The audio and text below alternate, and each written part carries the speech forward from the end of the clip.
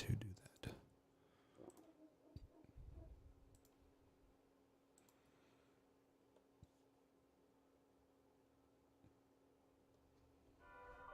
I am going 6-0 in the division because the rest of the division sucks.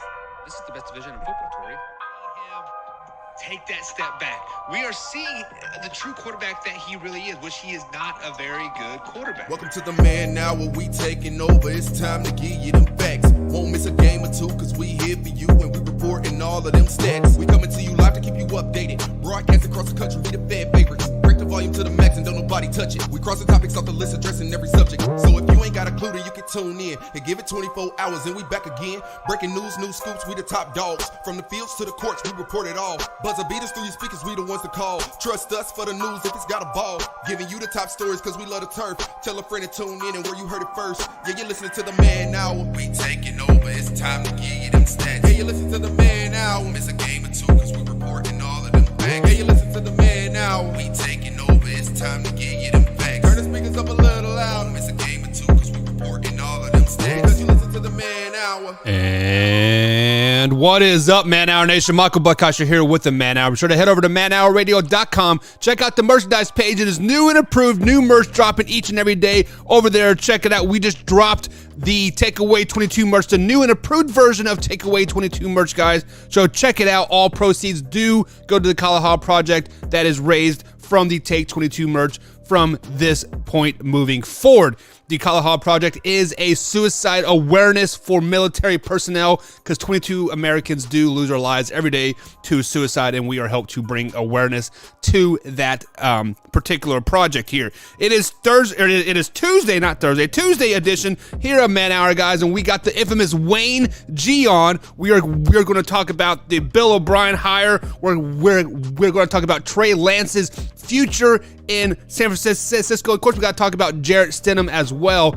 But we do got to welcome some people into the chat here. We see Alpha Rob popping in here. What is up, Alpha Rob? We see Jim popping in as well. What's up, Jim? We got Robert Borland popping in again as well. What's up, Robert? Hope you're having a grand night. This guy wants to be a kicker for the Dallas Cowboys, Robert Borland does. So, guys, sign him up. Who else we got here? Scrolling up? We got Jeff Newton popping in. What's up, Jeff?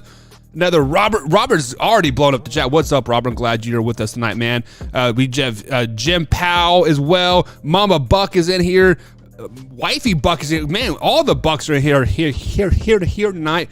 But the one person we do got to welcome to the show, the man, the myth, the legend himself, Mr. Wayne G. What's up, Wayne? How's it going tonight, bud? What's up? I'm doing really good. Glad to be on the show. I don't know if I can match that energy. I need a couple more Red Bulls.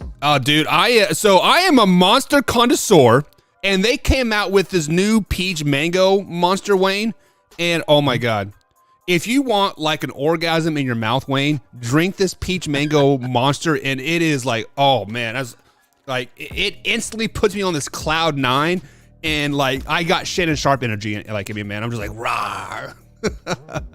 You definitely can't have too many orgasms in your mouth. No, I definitely love some orgasms in my mouth. But guys, Wayne is a very popular man on the show. If you guys have not been a part of Man Hour for a very, very, very long, Wayne is a Patriots connoisseur. He writes about the Patriots. He loves the Patriots. He's been a Patriots fan longer than he has been alive. So if you guys can wrap that around your head, he has been a thing. So Wayne, before we get too carried away, Alpha Rob is a Buffalo Bills fan, and he is starting the Fire Leslie Frazier campaign. Okay. Leslie Frazier is the defensive coordinator for the Buffalo Bills, and allegedly, per Alpha Rob, he has cost him 2 or 3 playoff wins now. Do you think Leslie Frazier should be fired?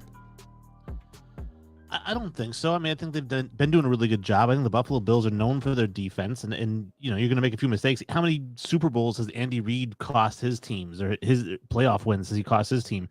He's still a great coach. You ride him because he's going to get you there. I think Frazier's going to get you there. So I don't know, who does he want to replace him with? Yeah, I honestly, yeah, there you go, Alpha Rob.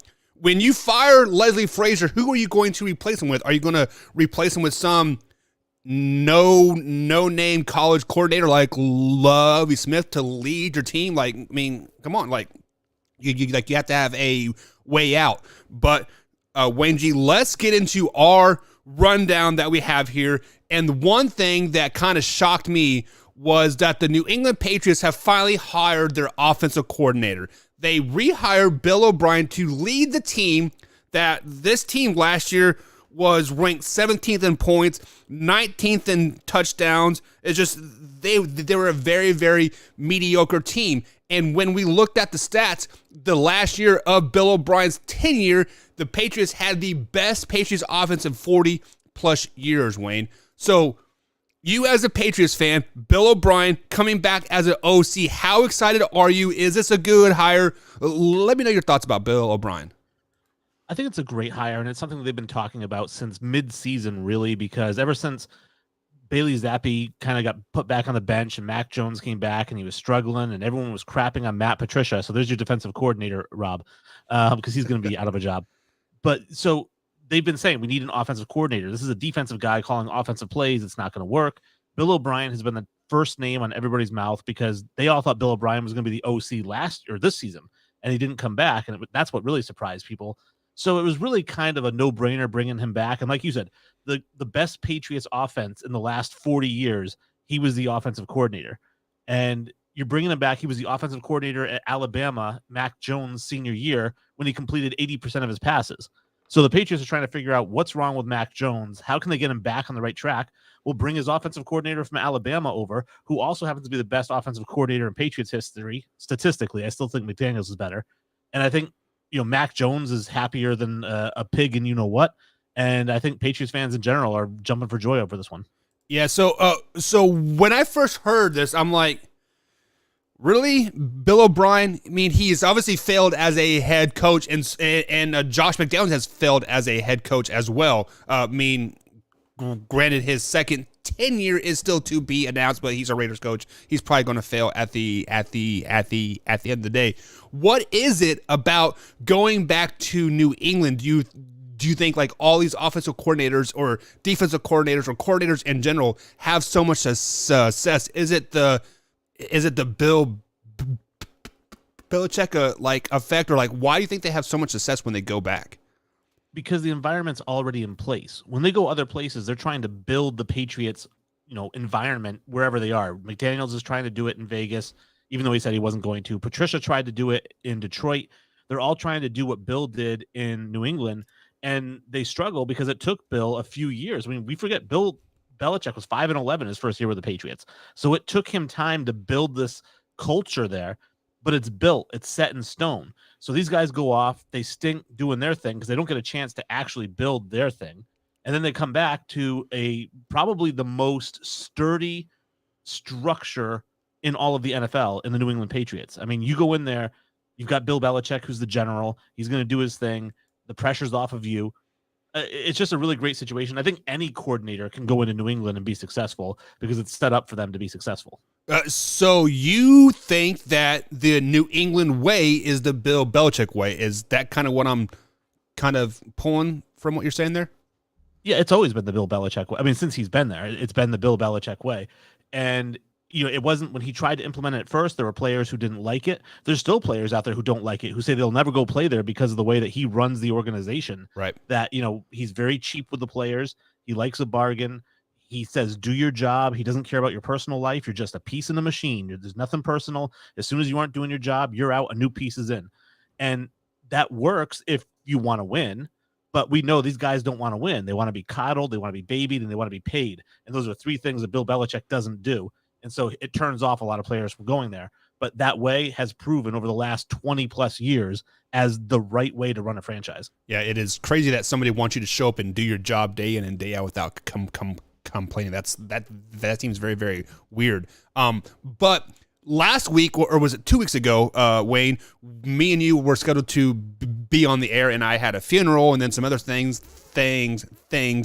happen. And one things that we had written down here, which I ultimately ended up talking about Brandon Combs with, was should Bill Belichick be fired? Just because because the last couple seasons, we've kind of seen the decline of Bill per se. The drafts have been suspect. The production has not been quite there of the New England Patriot standard, right? Do you think Bill Belichick's times are numbered? Is he on the hot seat per se in New England this year? No, he has a lifetime pass. It doesn't matter how bad he is. Doesn't matter what their record is. Bill Belichick is not going anywhere until Bill Belichick wants to go somewhere. And, you know, he's never done really anything wrong as a coach. Looking at it as a coach standpoint, in the last 20 years, he hasn't really done a whole lot wrong. It's really as a general manager where he's kind of struggled a little bit. And the big thing with that is obviously he doesn't sign big name free agents a lot. You know, he signed the 2 big tight ends, but he doesn't really sign big name free agents. He stinks at drafting in the first and second round of any draft. But from the 3rd round on, he's the best drafting general manager in the history of the NFL. This year was their best draft in years. You look at their 3rd, 4th, 5th, 6th round picks, they all contributed. So he knows what he's doing. It just, he doesn't understand how to coach, sign, and draft stars. He knows how to coach, sign, and draft bargain players because bargain players buy in. Like we just talked about, superstar players don't buy in to do your job, but guys who come in the 3rd round because they really want that job, they buy in. So he does a really good job there. And as a coach, I don't know if there's a better strategist in the game. I think he knows the game better than anybody in the league. And so the idea that the Patriots would ever tell him to leave is laughable. I mean, like I said, it's like Coach K at Duke. You know, nobody was going to tell Coach K to leave. Exactly. So actually, Combs said he is on a very, very short leash this year in like a hot seat, and he has to win. And then I want to talk a little bit about the draft this year because you say that he doesn't draft 1st and 2nd round very, very well. And this year he drafted, was it Matt Strange, right? I believe the offensive lineman was. Cole Strange. Yeah. Cole Strange, right? And so many people were saying, hey, you could have got this guy in the 3rd round or 4th round, but he elected to go after him first pick for the Patriots. Do you think he did that strategically then because he knows he cannot draft stars? So why don't I go and get my guy early? And so I know he's going to work hard and do all this stuff. Like, do you think there was a method behind that madness by drafting Cole Strange, just besides just like not messing up? It's not even just a method and it's not just Cole Strange because in the 2nd round they took Tyquan Thornton and he was projected to be a 4th or 5th round pick. And you know the thing with Belichick, it isn't a strategy, it's an incompetence. You know, they say that a fool and his money are soon parted. If you give somebody who eats at McDonald's every day $1 million, they're not going to start going to Gordon Ramsay's restaurants. They're going to buy $1 million worth of McDonald's. And that's what Bill Belichick does. He only knows how to buy McDonald's. He doesn't know how to buy really good food. And so when he gets those 1st round picks, those 2nd round picks, he spends them on McDonald's.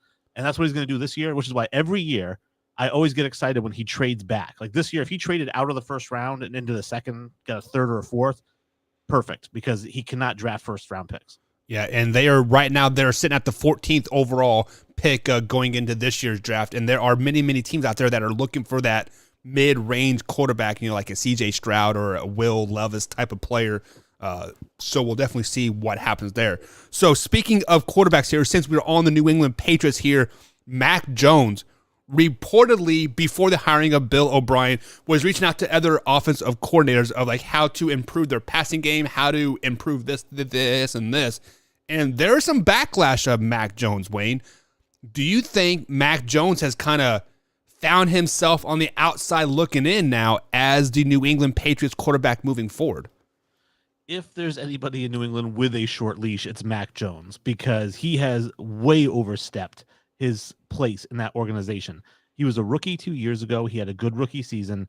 This year he comes in, he throws a bunch of interceptions, blames it on the offense, even though we saw then Zappy come in and do fine with the exact same offense. And he's he's bad-mouthing the coaching staff, saying he doesn't like, not only is Joe Judge and Patricia, he didn't like either of them. He made it very clear to everybody. Like you said, going out, talking to offensive coordinators, which is not his job to do. I think the funniest thing in the world to me, because I've grown so sick and tired of Mac Jones, would be now that they went out and got Bill O'Brien, his former offensive coordinator, who he had the best season of his entire football career from the Pee-wees on up with Bill O'Brien. I want to see them trade him now to the Raiders. Wow, that would be a low blow. I'm not going to lie. I mean, like you basically get your your gift wrapped coach in a Christmas present here, like a Christmas early here. And he's like, send him away. So speaking of the Las Vegas Raiders here, they have basically more or less cut ties with Derek Carr in the end. And Jarrett Stidham played the last couple games of the season. Guys, Jarrett Stidham used to be the backup quarterback in New England with Josh McDaniels as an offensive coordinator. So, Wayne, you had the privilege of watching Jarrett Stidham through the playoffs or not playoffs, but the preseason. And I believe at one point you said that Jarrett Stidham was the future quarterback in New England before Mac Jones obviously ultimately came and took that job. Do you think Jarrett Stidham is the guy in Las Vegas, or are they going to go somewhere else? I don't think he is. And I do like Jarrett Stidham. And obviously I wrote a blog called The Curious Case of Jarrett Stidham, which was a very good blog. People should check it out. And really talks about how talented a guy he is. He has great arm strength. He throws a really catchable ball. I don't know how well he does with the offense, because he started off at Baylor. It didn't work out there. He went to Auburn. Auburn was definitely not the right system for him. They're more running team, and it doesn't fit his kind of quarterbacking style. But I watched him with New England, and I said, this guy has arm talent. He's a smart, heady quarterback. And I thought he was going to come in and replace Tom Brady. And then they went and got Cam Newton. Jarrett Stidham decided to go to a wedding instead of practice with the team. Bill Belichick got mad at him. And once Bill Belichick gets mad at you, it's all over. At least that's why I'm saying with the whole Mac Jones thing, he can't do it with Mac like he did it with Jarrett, because, with Mac Jones, he was a first-round pick. Jarrett Stidham was a fourth-round pick. So it's easy to cut that guy. So I don't think he's going to be the guy in Oakland. There's a reason they've been talking about, how McDaniels wants to trade for Mac Jones. There's a reason they're talking about possibly Tom Brady rejoining McDaniels there in Las Vegas. There's a bunch of quarterbacks that could go there. I have a list here of about 6 guys that I think Las Vegas should target ahead of Stidham. But I guess if they don't get any of those guys, then you kind of ride it out and hope you get the number 1 overall pick the following year. I don't think Jarrett Stidham's the guy who's going to turn a franchise around. Right. So you said you had 6 guys that the Las Vegas Raiders would be happy to get. Who are those 6 guys? I'm just curious. Yeah, so I have Mac Jones and Tom Brady right at the top of the list. Lamar Jackson, right, depending on what happens there in Baltimore. Have Trey Lance, again, depending on what happens with him in San Francisco. Zach Wilson, who seems to have worn out his time in New York. And they have the 7th overall pick, so I don't Bryce Young or DJ Stroud. And I think Cowboys fans would be happy to get rid of Dak Prescott as well. Send him to Vegas. Why not, right? Also, Cowboys fans are idiots. Right. We can definitely talk about that later if you want. But let's go ahead and get to some comments here before we talk about the San Francisco 49ers here. Alpha Rob says, hey, Wayne, do you guys need a defensive coordinator that plays as cornerback 7 yards off the ball every play? Do you? No. I think our defensive coordinator is fine. It's Gerard Mayo, and it looks like he's getting more and more responsibility with the team. Bill Belichick's bringing him in to ask him about other coaching hires. He's bringing him in to help him evaluate draft picks. So Gerard Mayo looks like he might be the heir apparent to Bill Belichick, but right now he's the defensive coordinator, and I think they had a pretty darn good defense this year. They have a darn good defense every year. I think the worst defense they've ever had under Belichick was like 9th or 10th. Yeah. So Alpha Rob, sorry, Leslie Frazier can stay put in Buffalo. He does not want to come to New England. Jim Powell jumping in the chat here. He says, but how do you guys not root for a guy named Zappy? I don't, but damn.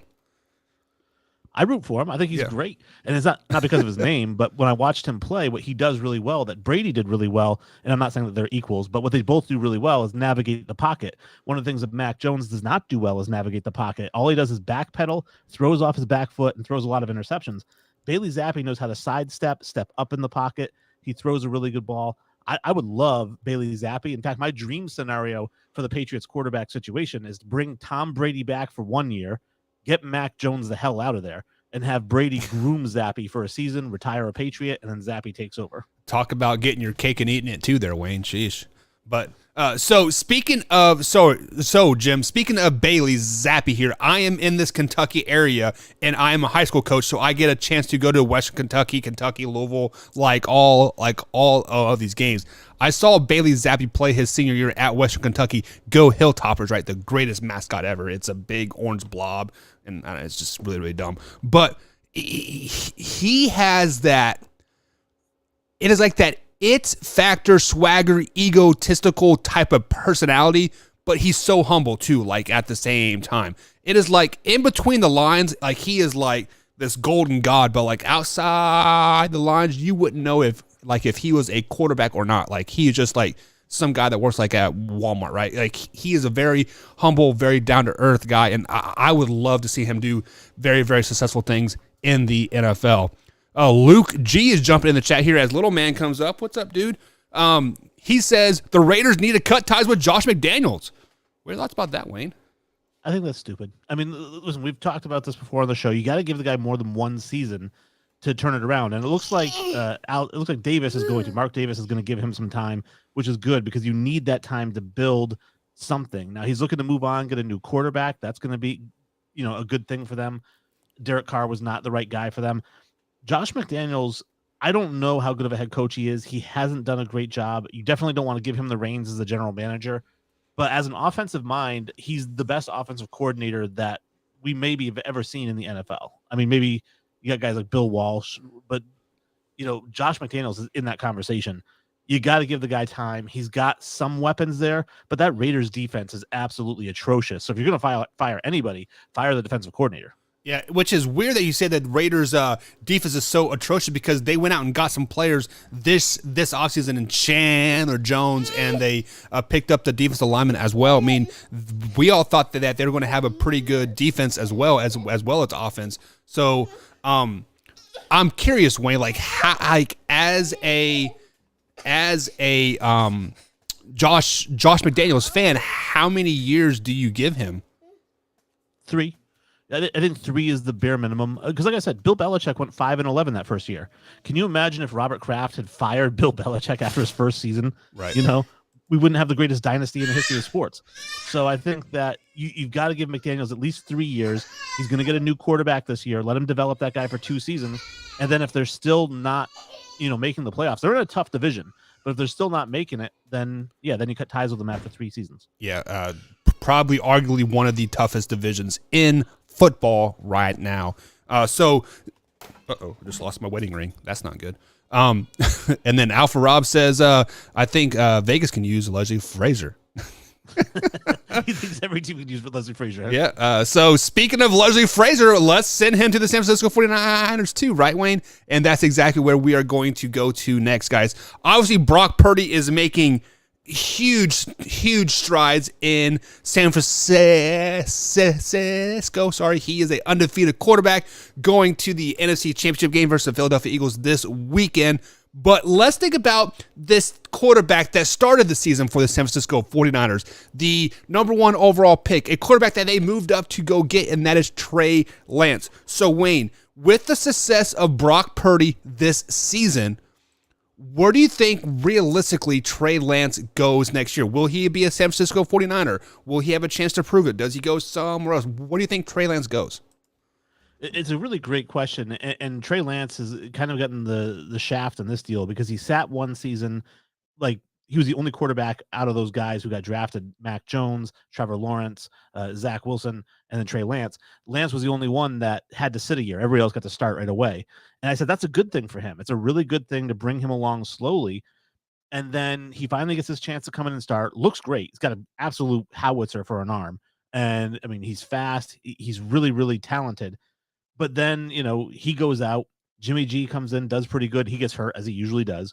And then now Purdy comes in, and Purdy has looked great. He's taken this team to the NFC Championship game. If he gets them to the Super Bowl, I think at the very least, you're looking at a quarterback competition, and it's not guaranteed to Lance. But if I'm San Francisco, I move on. I mean, Trey Lance is still a guy that can get you 1 or 2 first-round picks because of his talent and because people have seen what he can do when he's healthy. So I think that if I'm San Fran and you think Purdy's the guy, and I think he might be the guy, then you cut ties with Lance, you get a couple first-round picks, and you give some weapons to Purdy. Wow. So you really think Trey Lance is still worth like 2 first-round picks, even though he hasn't played more than 4 games in a season since 2019? Yeah, because we've seen what he can do, and it's very, very impressive. And so I think that he's a guy that can still, like I said, maybe 2, definitely 1. He definitely gets you a first-round pick, but I think possibly 2. So, I mean, first things first is I think Brock Purdy, I mean, either way, there definitely is a quarterback competition going into next season between Trey Lance and Brock Purdy. But I think that the San Francisco 49ers and Kyle Shanahan kind of want to nix that in the butt right now. I would not be surprised one bit if they're trying to deal Trey Lance before the draft, get some more draft capital, and just because like this draft seems to be kind of really mid-round loaded like in years past, and kind of one of the weaknesses of the San Francisco 49ers, if they have one, is the depth and the defensive line. So do you think if you were the general manager, head coach of the San Francisco 49ers, do you want a quarterback competition going into next year?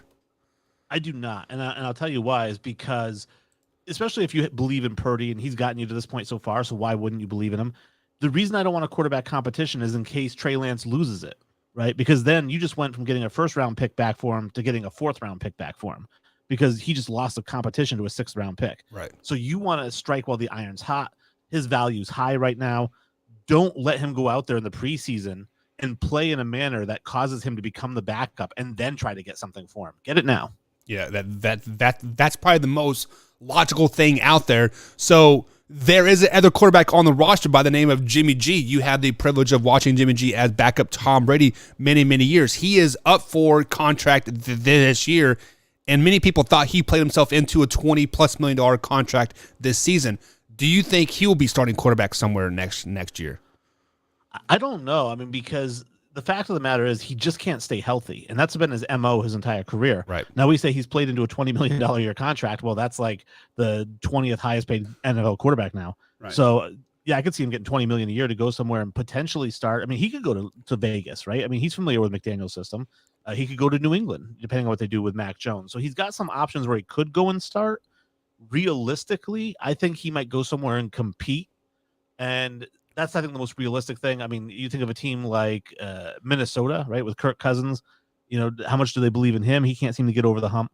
Right. But again, how much do you believe in Jimmy G if he's only going to give you 10 or 11 games? The best ability is availability. That's exactly right. So speaking of availability, Aaron Rodgers is potentially going to go somewhere else. And Drew brings up a comment here, says Aaron Rodgers is going to Las Vegas. Just quick reaction of that. Like, what do you think about that? It'd be a good move for him. I was thinking San Fran because he's a California guy, but Brady also kind of wants to go to San Fran, and who knows what's going to happen with Purdy, like we're just talking about. Yeah. So there's going to be a lot of balls to juggle there. But I like Aaron Rodgers to Vegas. If Brady doesn't go there, I think Brady's ahead of Rodgers in terms of if I'm a general manager, who do I want to bring in? I'd rather have Brady for 1 year than Rodgers for 1 year or Right. 2 and 2. So Brady's my number one. But if I don't get him, I think Aaron Rodgers is a nice fallback plan. Yeah, I mean, Tom Brady has shown that he can go from place to place and kind of instantly make you from a mediocre team to a Super Bowl contending team. Do you think Aaron Rodgers is that same guy? He can instantly make the Raiders from bottom of the cellar team to a playoff bound team? No, and I'll tell you what, this is why there's a difference between Brady and Rodgers. It's not even their ability, because Rodgers is a more talented quarterback physically than Brady is. Right. But because Brady is a leader of men. He's a guy that the minute he walks in the locker room, everyone is willing to die for him. Rodgers is not that guy. He's the guy that everyone in the locker room wants to kill. Yeah, which is weird, right? Maybe he needs some more LSD or whatever he like he is on or whatever. One more thing before we call it a night here, Wayne. Alpha Rob says, I don't think Trey Lance gets you a first rounder. He hasn't shown nothing. And I kind of agree, because if you go back to this year, the first couple games of the season, he did not look very, very good. And people were saying that the 49ers were going to basically finish last if Trey Lance was the quarterback. Well, I think Alpha Rob has to understand football. It sounds like he doesn't. So let me explain it to you, Alpha Rob. So what it is that he is a first-round pick who still has first-round pick talent. And the best example of this is if you go a couple years back, it might even have been a season back, before the Patriots drafted Mac Jones. They were talking with the Green Bay Packers about trading for Jordan Love. And when I say Jordan Love, I mean the guy who hadn't taken a single snap with the Green Bay Packers and holds the record for most interceptions in a season for a college quarterback. And there was talk of a first and a second round pick, or a first, a third, and a fifth. I mean, you're going to get a first round pick for a first round pick, especially somebody as talented as Trey Lance. He's going to get you a first round pick, 100% bar none. If he doesn't, then it's like a 2 seconds, a third, and a fourth. But it's going to be the equivalent of first round value. Yeah, and on the flip side of that, the fact that he hasn't really showing you anything, there's more upside, right? So, like, if he were to play a season was just mediocre, like all C's and long, right, Wayne, that would definitely decrease his like his value. There's still so much unknown with Trey Lance. Yeah, absolutely. I mean, it's like uncut cocaine, right? It's just, Right. just potential. I love that uncut cocaine. Alrighty, Wayne. Well, that is going to be it for tonight, guys. Thank you for tuning in.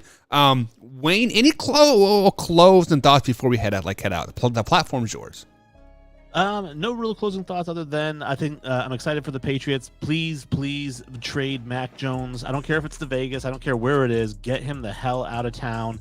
Bring in Brady. Let him groom Zappy. Let's keep this dynasty going another 20 years. All right. So from a Patriots fan to a Bills fan to a Chiefs fan, guys, have a good night here. Alpha Rob, sorry about your loss, man. Maybe next year, man. All right, guys. See you tomorrow.